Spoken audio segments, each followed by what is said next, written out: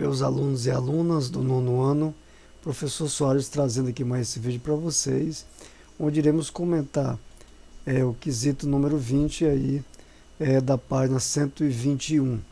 Tem uma situação aqui hipotética, né, de que surgiu aí em uma cidade do interior um objeto voador não identificado, um OVNI, né, como é chamado, que estacionou a 50 metros do solo, aqui com uma ilustração, né? E um helicóptero do exército situado aproximadamente 30 metros acima do objeto iluminou com o holofote conforme mostra a figura a seguir. Então, a situação ela é descrita dessa maneira, né? Esse objeto não identificado, ele está aqui, e quando esse holofote tocou, passou por ele, formou essa sombra aqui com o chão, e essa sombra tem 16 metros. Então, observando a ilustração, veja que do helicóptero até aqui o chão, nós temos pela a luz a formação de uma figura. Essa figura conhecida por nós que é um triângulo. Então fica dessa maneira, né? Nós temos aqui entre o helicóptero, entre essa luz do helicóptero até o chão, nós formamos um triângulo. Esse triângulo, que eu vou chamar ele aqui desse triângulo maior, entre o helicóptero e o chão, ele está dessa maneira. Aqui embaixo ele tem 16 metros. E veja que do helicóptero até o solo tem 30 mais 50. Então, seria essa altura aqui, essa medida da altura dele do helicóptero até o chão, ela tem essa altura igual a 80 metros. Então, veja também que o disco voador, ele também forma um triângulo entre ele e o disco voador. É formado um triângulo entre o helicóptero e o disco voador. Você tem também um triângulo que ele vai ter a sua altura até do helicóptero até o disco voador. Essa altura ela é de 30 metros.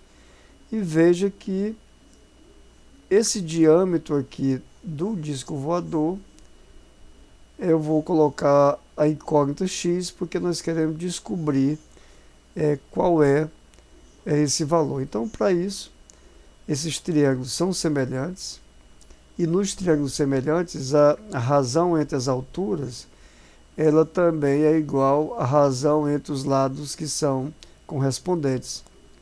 Então, aqui nós podemos dizer que essa altura de 80, a razão dela com a altura 30, vai ser igual a sombra 16 pela o diâmetro aqui do nosso objeto voador não identificado, né? Então, através dessa relação, nós podemos descobrir qual é o diâmetro aqui do nosso disco voador. Simplificando, dividindo logo aqui por 10, 80 dividido por 10, nós vamos encontrar 8. 30 dividido por 10 eu tenho 3, e aqui nós temos 16 sobre x. Então veja aqui que nós podemos até simplificar logo aqui dividindo 8 por 8, 16 por 8, né? Você tem 1 e 2 aqui no numerador. Mas a rigor nós temos 8 vezes o x igual a 3 vezes 16.